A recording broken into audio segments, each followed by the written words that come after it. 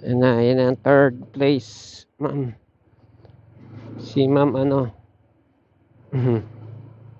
Yes.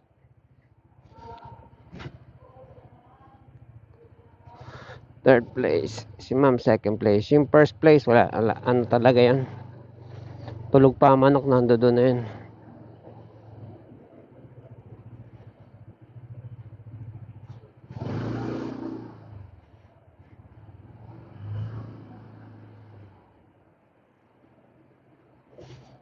Adobo ang chicken. Sabagay para madali nga namang ano, iluto. Adobong chicken.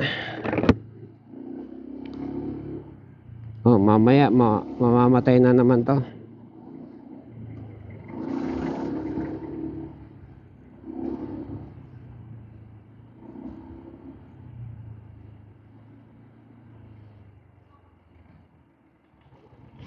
Kapulot ako dyan ng open and close range. Malaki, mga 20 siguro yan. Hindi, mga 24 siguro yan.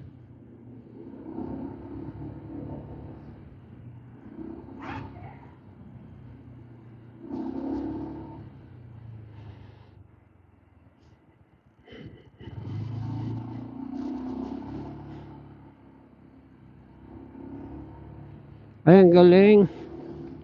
Hinihingahan ko yung ano, pinahiram ko to kahapon ng ano eh.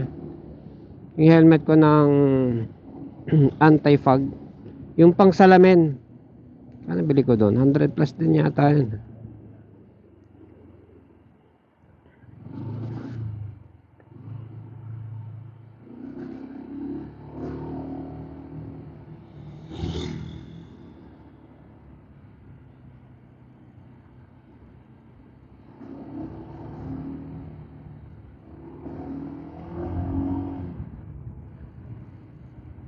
Magme-mist siya pinong-pino tapos ang bilis mawala. O, di ba? Good job.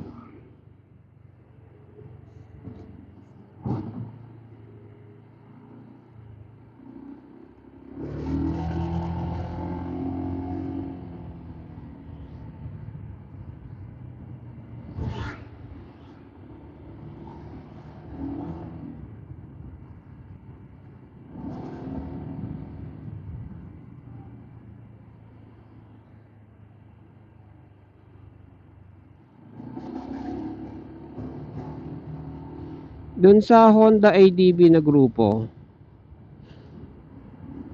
meron dong nagkakabit ng ano, na nagpapakabit ng ano, ng nakabitan pala ng nagpakabit yan. Nagpakabit ng MDL, mini driving light, yung paglamp.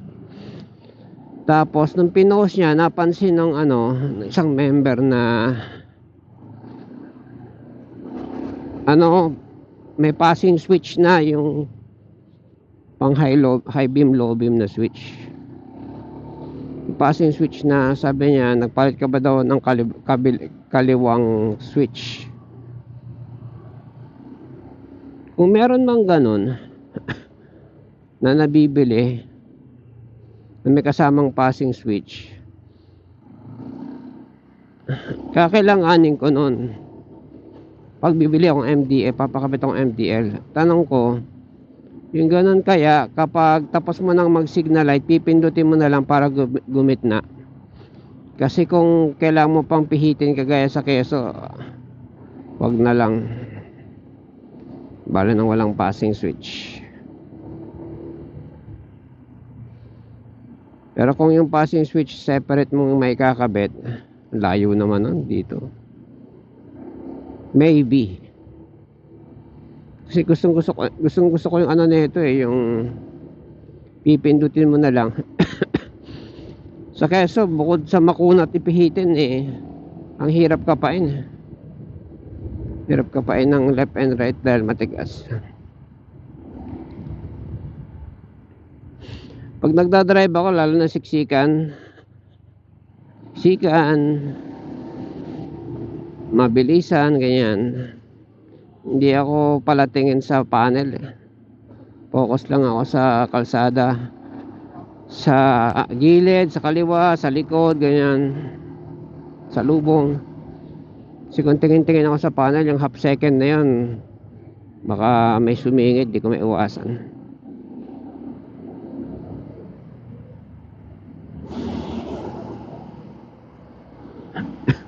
So, anong ingredients ng adobong manok? Laurel, paminta, suka, toyo. O, kompleto na ako sa bahay.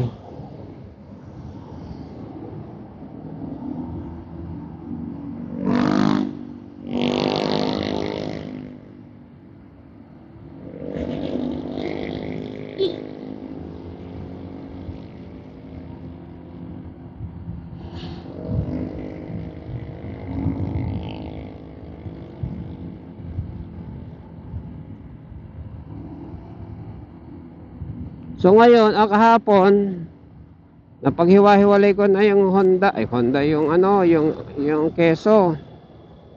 Hiwalay ko na. Nabulat-lat ko na yung wire, natanggal ko na yung ano. Tanggal ko na yung putan tayong tao. Natanggal ko na yung ang tawag doon. Controller, yung computer box niya. Tanggal ko na.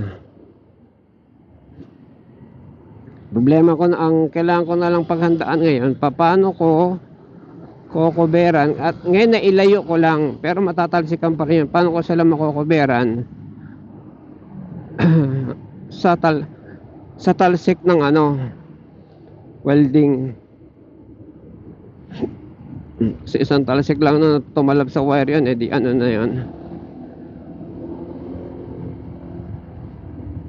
Pag tumalab sa wire yun, damage yun. Titapan ko pa, buti ko makikita ko. So yun, para makapag-welding na ako pagdating ko. Na welding ko na, kailangan kong masukat yung ano, yung ano tawag doon,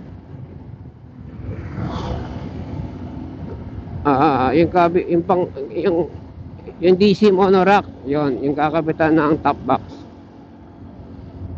Maalala ko nga, yung kabitan ng top box, pinakagitna, nasira na pala yon isang beses. Winelding ko na yon. Kasi pagkalas ko kahapon, kita ko naka-full weld siya. Naka-full weld. Kaya pala siya na-survive kahit papaano. Yan.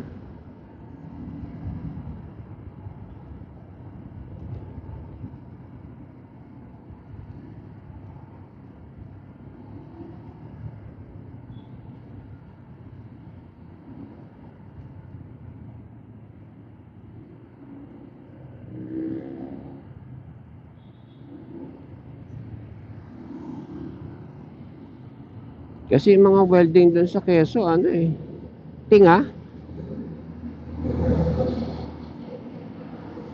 Tinga-tinga lang. Tapos kakabitan mo ng top box, tapos aalug-alugin mo, kilo-kilometro. Wala. Dapat yun full weld. Hay, China. Tapos yung spot pa niya, 3 lang. Etong Honda, 1, 2, 3, 4, 4. Itong Honda, 4. O, syempre, 4 is stronger than 3.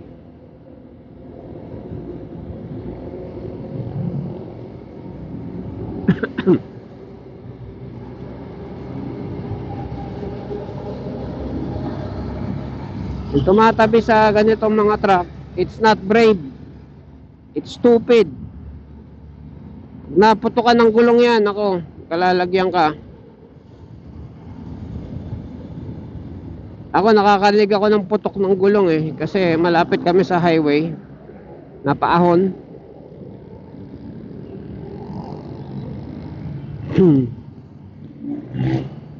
Pagdasal mo na lang na hindi nakatapat sa iyo yung gulong na sasabog.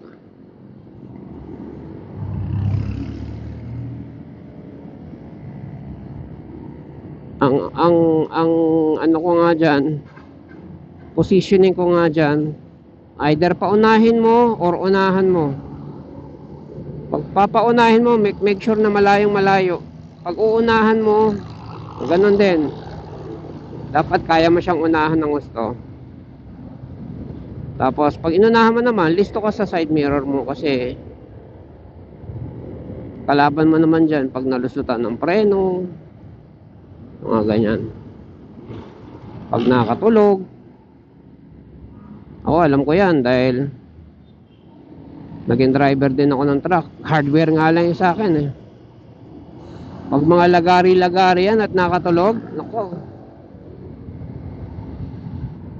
yan mga alisto ka. Kaya hanggat maaari huwag katatabi sa mga yan. Katatabi huwag magdidikitan. Kaya pag yung ako mag-isa o kasama si teacher, ayaw ko yung nasa gitna ako na ano, sama-sama yung mga truck, nasa gitna ako, pagitan ako, nako, mauna na kayo, no thanks.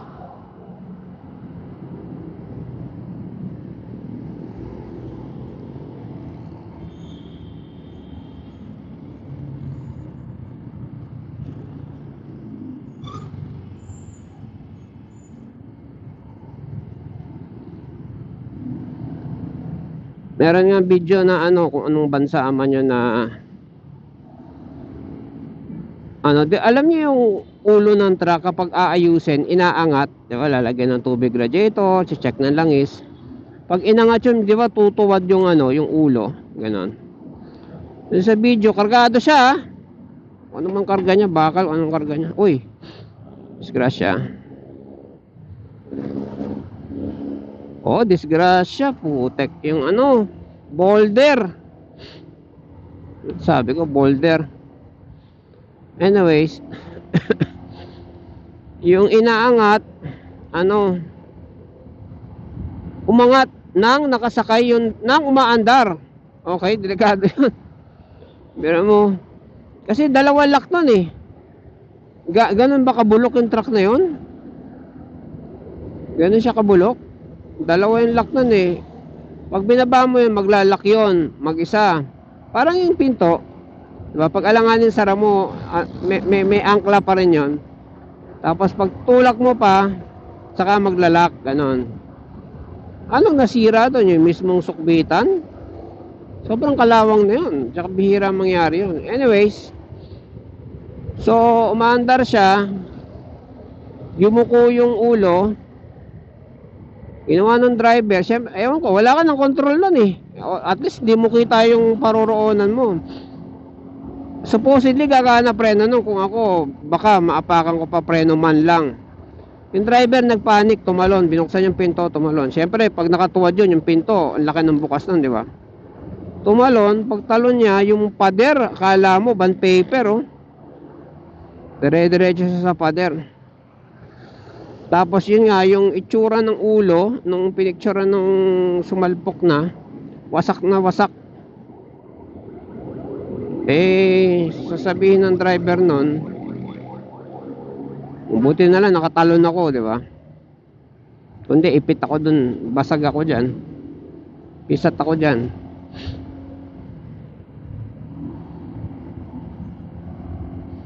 Kasi mga driver, mga ano yan eh, yung mga biyahero, mga malalayo, mga hapit sa tulog yan.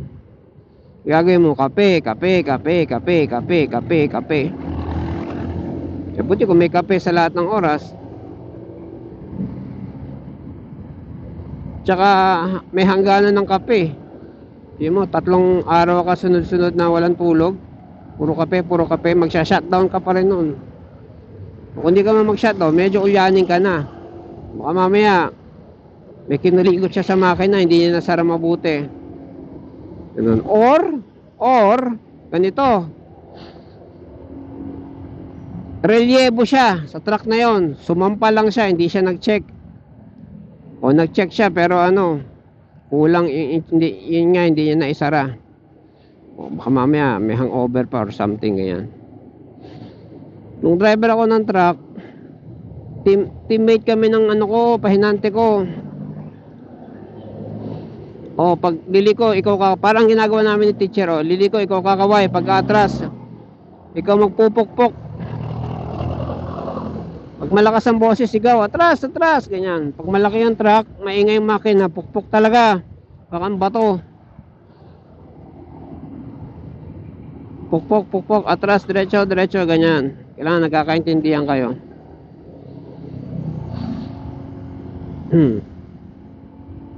Teamwork kayo ng ng pahinante. Tsaka bawa may nawala ng preno, paahon.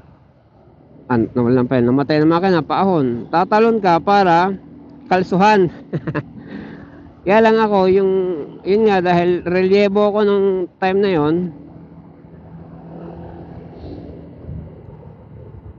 Namatayan ng makina, paahon na diyan sa sa Little Baguio sa San Juan. Puta, kasi dire-diretso lang ako.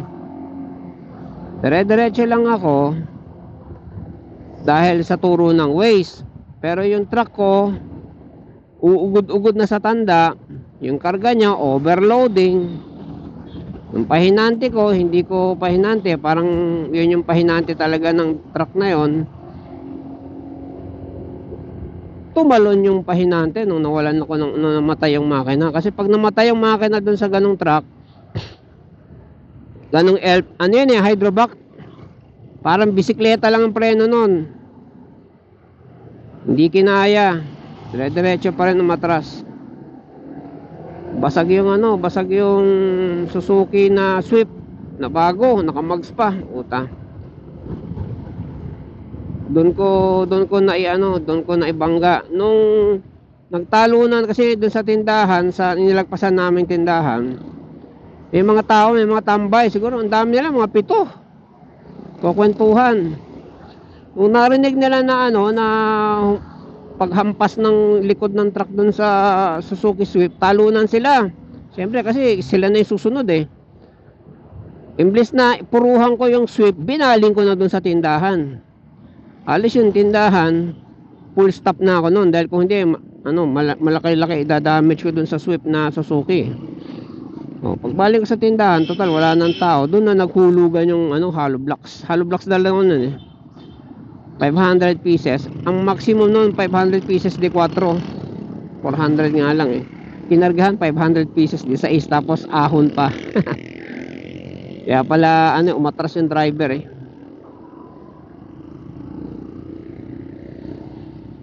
Anyways, hindi ko makalimutan nung umatras kami, tumalon lang yung pahinante, tumalon para iligtas yung sarili niya. Sabi ko, bira ka boy. Yung talon na talon na tawag nito para sa kalso. Hindi talon sarili mo lang sa pag hindi ko siya masisisi.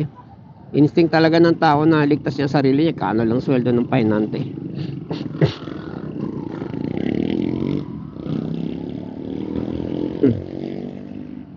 Lang, bayad si Utol. Kay Utol yung truck na yun eh. Bayad siya sa Swift. Bayad siya sa tindahan. Yung tindahan, binelding niya. Kumuha siya ng welder. Inayos yung mga bakal-bakal. May accordion yung tindahan eh. Gumastos siya, malaki. Yung Swift, supposedly may insurance. Sinisingil siya ng mags. Sabi, hindi pwedeng isang mags lang, hindi nakakabili isang pirasong mags yan. Babayaran mo isang buong mags, 20 mil, kung magkano man. Insurance, babayaran mo 4 mil para maklaim. Yung pantaksi ko, araw-araw hanggang maayos. Itong mga, mga demandang puta. Tapos kami, hinostage kami nung barangay Tanod. Kayong Ales. Tawag tayo ng pulis. Ganun. Yung pulis naman, kinulong ako. Sabi ko, wala namang taong na, dami yun ba't ako nakakulong dito? Utos-utosan ako doon sa kulungan. Sabi niya, sino amo mo?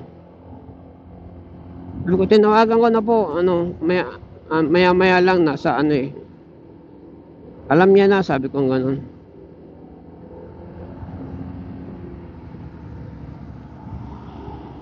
Yung Tanod, nag-acting hero dahil kukuyugin kami ng mga tao na yung mga tumalon na tambay. Kukuyugin kami. Yung pahinante ko, pakalaki ng katawan eh, nangangatok sa takot.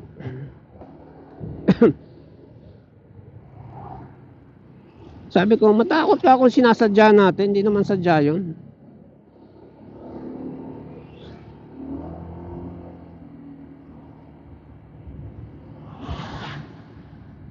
Tapos habang nakakulong ako, nandoon lang sila sa sa truck. Kasi hindi naman totally damage yung truck eh. Actually, halos wala naman damage yung truck.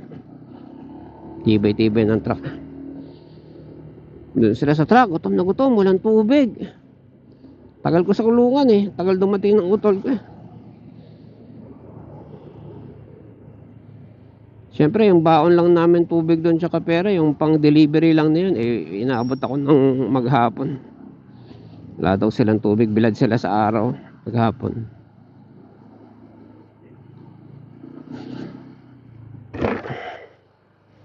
Sumukat-mukat ko, nung kinabukas, nung kinukwento ko, umiiling yung driver. Yung driver na, driver na tumanggi sa biyahe na yon. Sabi ko, ba't umiiling yun? Sagot ng isang driver, sagot ng isang pahinante. Sabi kasi kuya, ano yan eh, boss, ano kasi yan eh. Hanggang 4 lang yan na 400 pieces, 500 pieces, maximum na 4. Ang sinakay sa'yo, 6. Tapos itong truck na to, sing edad mo na to sir. Sobrang tanda na nito, tapos pupwersahin mo ng ganun. Tapos ahon pa, yung ahon kasi doon sa Little Baguio, matarik. Tarik na mahaba, hindi naman kahabaan, pero matarik. Nasa dulo na ako eh.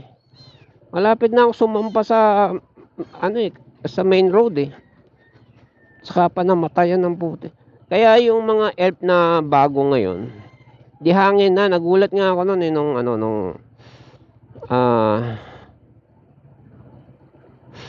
nagulat ako nung pinadrive ako nung bagong elf na Photon. Dahil pag start ko, walang preno. Sobrang hina. Sabi ko, walang preno to.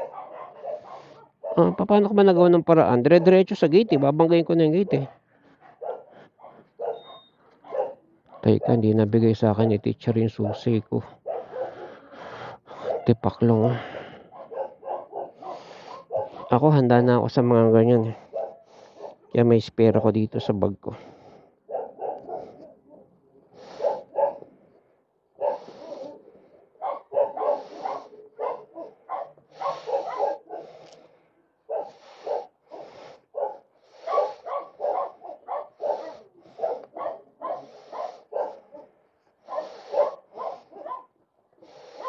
Yun lang. Saan yun?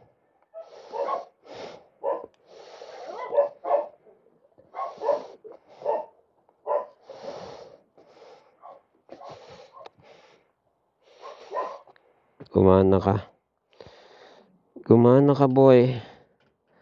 Ay, tipaklong ka. Hindi pala ito yun.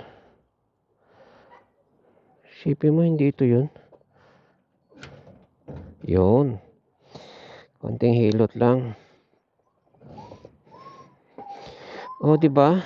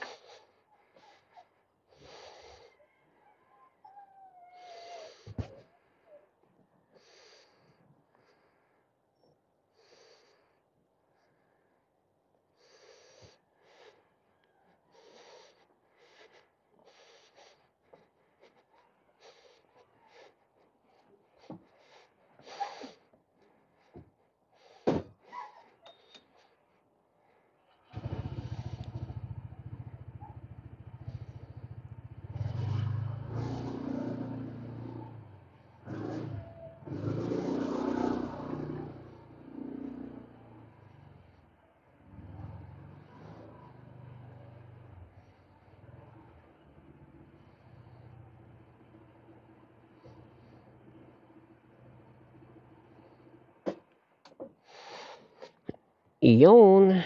See you later. Bye.